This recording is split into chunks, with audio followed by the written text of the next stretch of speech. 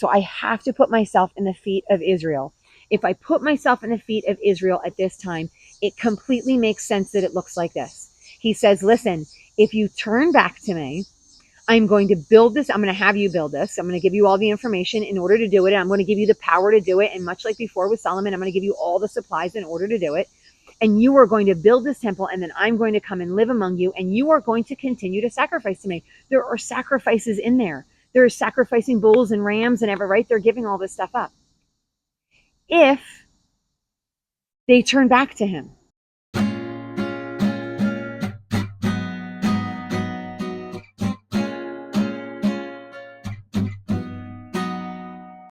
So I am definitely messed up with today's reading, and I will share with you in just a little bit why that is. But for anyone who's never been here before, welcome to Bible 365. I am your host, Kathy Carter, and I am hosting Reading Chronologically through the Bible, through every page, every day, all the time, 20 minutes a day, using the 1-year chronological Bible reading plan. And that's available online at oneyearbibleonline.com, which is a website where you can go on, download a chronological, make sure it's chronological. They have a bunch of reading plans, chronological reading plan, and then use your Bible. It is a free reading plan. You may also purchase the Bible if you want. We're so late into the game, but you can go back and start. Purchase that Bible if you want. I just realized, oh, you can't tell what it is. I have a Spider-Man bookmark over there. I mean, am I a nerd or what? Okay.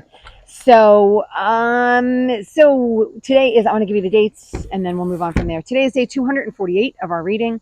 It is September 4th and our reading is Ezekiel 40, 38 through 43. I'm going to give you a very brief history. So mark your clocks. I'm shooting for 2 minutes. We'll see how that goes. I tend to go too long, but okay. So 2 minutes. So the Lord is the everlasting Lord. From beginning, he has no beginning, he has no end. This Lord created all things. He is the maker of everything, the maker of the universe, the maker of the earth, the maker of people, the maker of animals. He has made everything. He chose to be the God of the Israelites. He's the God of everybody, but he chose to be this God of the Israelites where he is in relationship with them in order to use them as ambassadors or as lights or as whatever it is you want to call it, to draw the rest of the world in to know who the Lord is. And he's done it in many ways through thousands of years, right? So it starts all the way back in the book of Genesis, and we're moving all the way through Genesis, and he's continuing to use this people group, Israel, in order to, because he made a covenant with them, in order to show the rest of the world who he is. Right now we are in the 500s, and what we are is in the time of kings. Essentially, that's over. The kings were ruling the nation of Israel. So the northern nation of Israel and then the southern kingdom of Judah each had their own king. And then Assyria came in and took over the kingdom of Israel. And then Babylon came in and they took over the nation of Judah. No more kings anymore because they were all killed. Nebuchadnezzar appointed a governor in order to kind of rule that area. He was even killed. So we don't know really who's in charge at this moment. And in this time, everyone has been taken away because they have all turned away from the Lord. They have been unfaithful to the Lord and they have prostituted themselves towards other gods over and over and over and over again through many generations. God has sent prophets and he's like, listen, I'm going to send you guys with the word of the Lord. You're either going to see visions, you're going to have dreams, or I'm going to speak to you directly. And then you're going to go to the people and you're going to tell the people, turn from your evil ways or disaster is coming. And the people just never listen. And so now we're in this time where, like I said, there's small portions left in the nation of Jerusalem, but for the most part, people have been scattered all over. They've been scattered all over the nation in that area, into Turkey, all the way into Babylon, like all over this area. And we have 2 prophets left that are speaking the word of the Lord. He's speaking to both of them. Jeremiah is in the nation of Jerusalem, and he's speaking from there. He's living in the nation of Jerusalem with the poorest of the poor people. Ezekiel is speaking from the nation of Babylon. And so this is, again, about the time where these two guys lived. Today we are in Ezekiel's prophecies. There's not, I don't want to say there's not a lot going on. What we see is going to be somewhat redundant. And this is really what's messing me up. So we started yesterday in some of the, what they took Ezekiel. So God took Ezekiel and he took him over, and he says he literally took him, right? So he took him over and he showed him this vision of essentially this temple. So we showed him this vision of this temple. And in this vision, this long, huge, several chapter vision, he's giving him highly detailed descriptions of this temple. So I want to go back in time just a little bit, because this is why I'm messed up. We saw him talk like this in the time of Exodus. So if you were with me in the book of Exodus, we saw him talk like this. They had pulled the Israelites. We're now over history, right? We're moving on into kind of the meat of what's going on today. God pulled the Israelites out of Egypt. He brought them towards the promised land. And on the way into the promised land, he had them make a home for him. And it was a moving home, right? So it was like a traveling home. It was like a tent. And he had them set this huge tabernacle. And every time they would tent, they would kind of camp, they would set the tabernacle up. They would do all their sacrifices and do all their things here, right? And the Lord would show up in there. He'd be a cloud and he would be fire, right? So everyone would know that the Lord was in there. And then when they would move, they would all get up together. They would close up shop for the tabernacle, and then they would all move. Once they moved into Israel, they took that tabernacle and they sort of just planted it in one area. Right? So then it was like no longer a moving tabernacle, but it was a landed tabernacle where the altar was, where they spoke to the Lord, where the Lord spoke to them. Okay, we got all these tons of details. Then David was king. David said, I want to make you a house. God said, I don't want you to make me a house. Your son's going to make me a house. So then Solomon goes and he constructs this temple from everything the word of the Lord gave to him. So the Lord gave him all of this detailed information, which was shared with us in the book of Kings. This huge temple, right, with the bulls and the basin and the altars and the horns of the altar and the tabernacle. I mean, the whole most holy of place, the holy of holies, where it went. So hugely detailed information. Now, Solomon's temple was way greater than the tabernacle, which was way greater than anything that they had done before, right? Like a lot of the altars that they were worshiping from at that point were like rocks, right? Like these small little rock buildings that they would put together, right? So it went from like small to these bigger, larger, grandiose things to this huge temple, like this massively huge temple that Solomon built. And then we're here. So all of those had a point and purpose. All of those, they were going to go into the house. And they were going to speak directly to the Lord, right? There was a bridge between them. The Levites were a bridge between them. We learned all that. We kind of talked about all that, but they were going to go do this. So now Ezekiel gets this new image. And in this image, I'm going to tell you, it feels as detailed as all of the other ones were. And the other ones were very literal, right? Like they built the tabernacle, they built Solomon's temple, and then we see this. What's going to happen with it? So I don't know if you understand where I'm going. Like they built the tabernacle, they built Solomon's temple. Are they supposed to build this? I'm not at the end of this yet. We only go up to chapter 43 today. So there's definitely a few more chapters after this. And I have read this before, by the way. And I want to note that I've read this before. And in the time that I read it, I assume I just glossed over, right? Much like we do, like, it's 18 cubits this way. It's 18 cubits that way. There's a room here. There's a room there. There's room for 30. We walk up this way. We walk down that way, right? Like, and I understand that we sort of gloss over. And I think I just took it for granted. Okay, here's another. They had one, they had another, they had, and that one was destroyed, right? Everything was taken out of Solomon's temple, right? They're going to have another. My issue, my problem that I'm having before I go into some of the just a little more interesting details, the problem that I'm having is, what are they going to do with this temple? Is this temple coming after the Lord brings them back from their 70-year reign? And so now, as a person of today, I'm going to say to you, that temple was never built. So what do I do with this information? And I'm asking it not like I have an answer. I'm asking it because in some ways I'm a little frazzled by it, right? Like I'm a little thinking like, what does this mean? And then if this means it's about this, what does this mean about some of the other prophecies that Ezekiel was given? So I'll be honest with you, some commentaries, and I try not to read commentaries, but every once in a while I come across one when I'm sort of like trying to find historical information.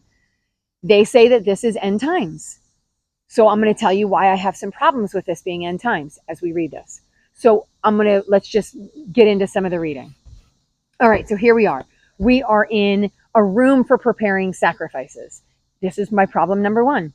So it's a room with a doorway, with a portico, and each of the inner gateways where the burnt offerings were washed. So listen, we're just talking about burnt offerings coming in, which to the people of Israel would seem extremely normal. They had done this. Right now, they're in a time where they're not doing it, right? Where the scepter is not with David. They're no longer worshiping in the temple. But it would seem normal if they would come back and do this. And remember, God is showing this vision, and he's showing the vision of this entire place, which, by the way, again, I'm going to post a link. This one biblioref or something like that. It's called that. I'm terrible that I should have known what it is. They do little videos kind of showing a 3D image that's made. And so it's pretty amazing being able to see what this should look like. Okay.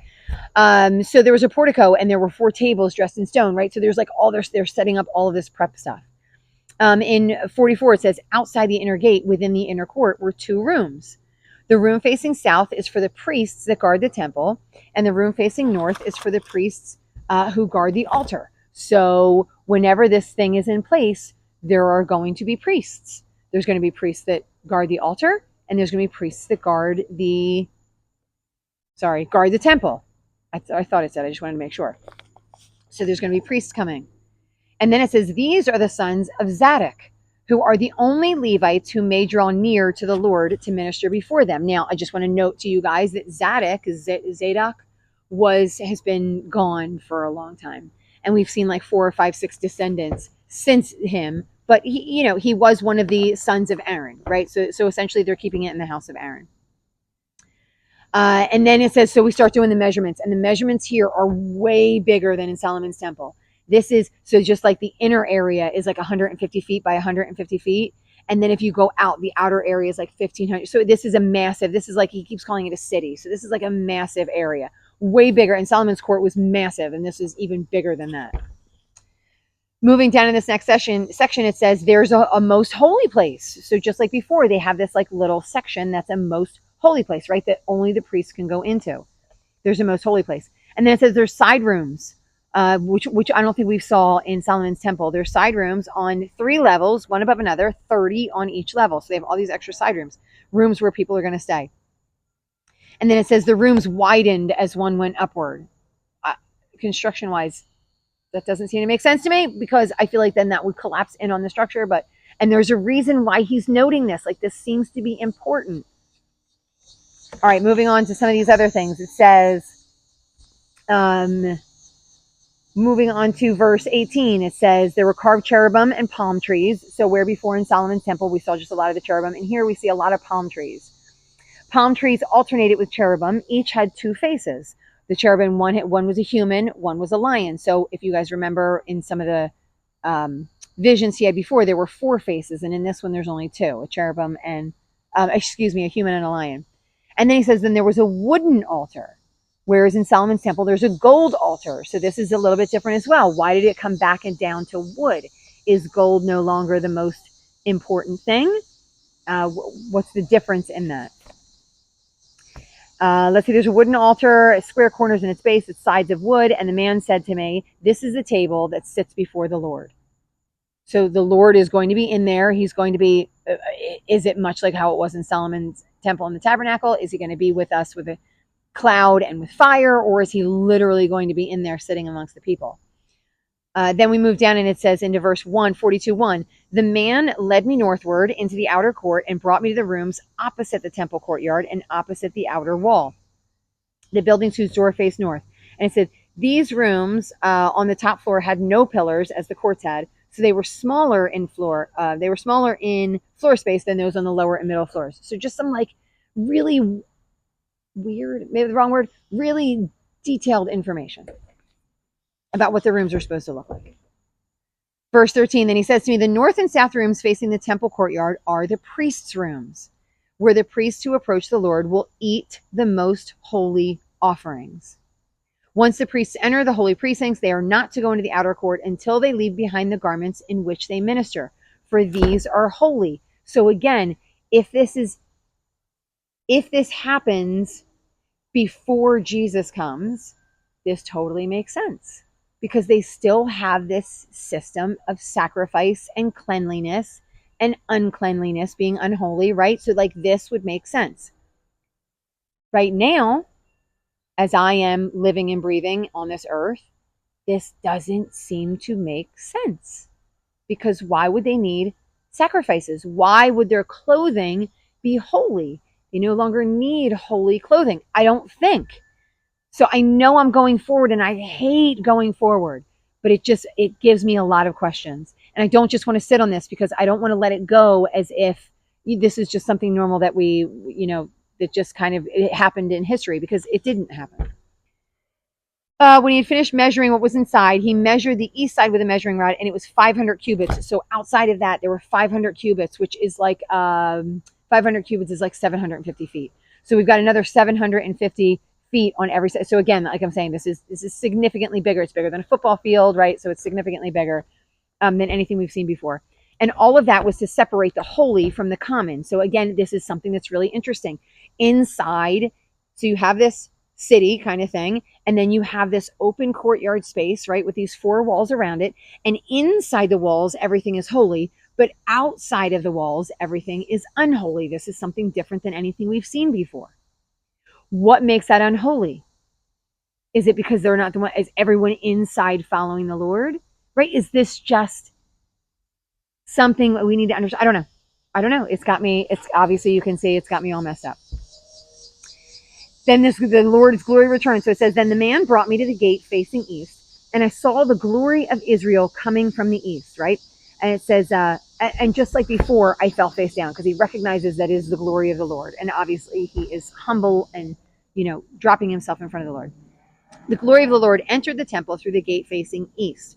Then the Spirit lifted me up and brought me into the inner court, and the glory of the Lord filled the temple. So now in this place, the glory of the Lord is coming in, and he's filling the temple, which, by the way, is one of the things that the Israelites would have wanted to see, right? God living once again amongst his people. He said, Son of man, this is what the Lord said, because he was speaking to him. He said, Son of man, this is the place of my throne and the place for the soles of my feet. So this is where God dwells. This is where God is living. It's where I live among the Israelites forever. Is it literally forever? Is it some of these other terms that he uses forever, but he means for a time? Right? What does it mean? He said, when they placed their threshold next to my threshold and their doorposts beside my doorposts, with only a wall between me and them, they defiled my holy name by their detestable practices.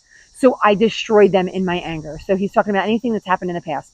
Because of that, he destroyed them in his anger. Now let them put away from me their prostitution and their funeral offerings for their kings, and I will live among them forever. So once again, this looks like they must, so I will. They must, so I will. So I'm going to come and dwell among them. This is the image of what it looks like for me to come and dwell among them.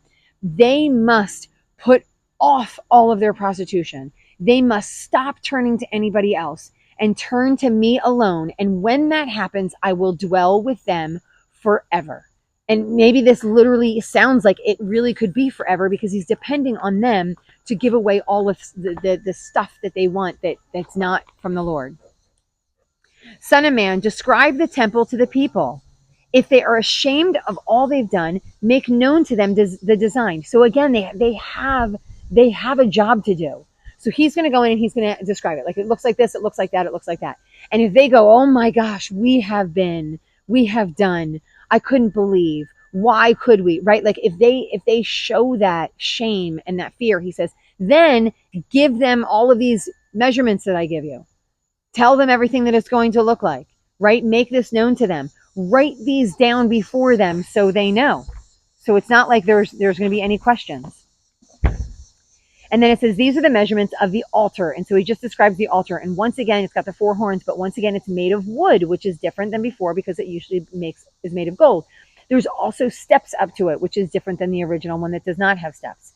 Then he said to me, Son of man, these will be the regulations for sacrificing burnt offerings.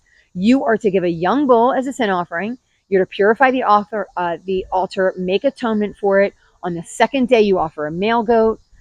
Then once you finish purifying it, then a young bull, then a ram, sprinkle salt on them, right? And then for 7 days, a male goat is daily as a sin offering. And then on the 8th day, priests are to present your burnt offerings and fellowship offerings to the altar. Then I will accept you, says the sovereign Lord. He is back to sacrifices. And I'm saying back, so I have to put myself in the feet of Israel.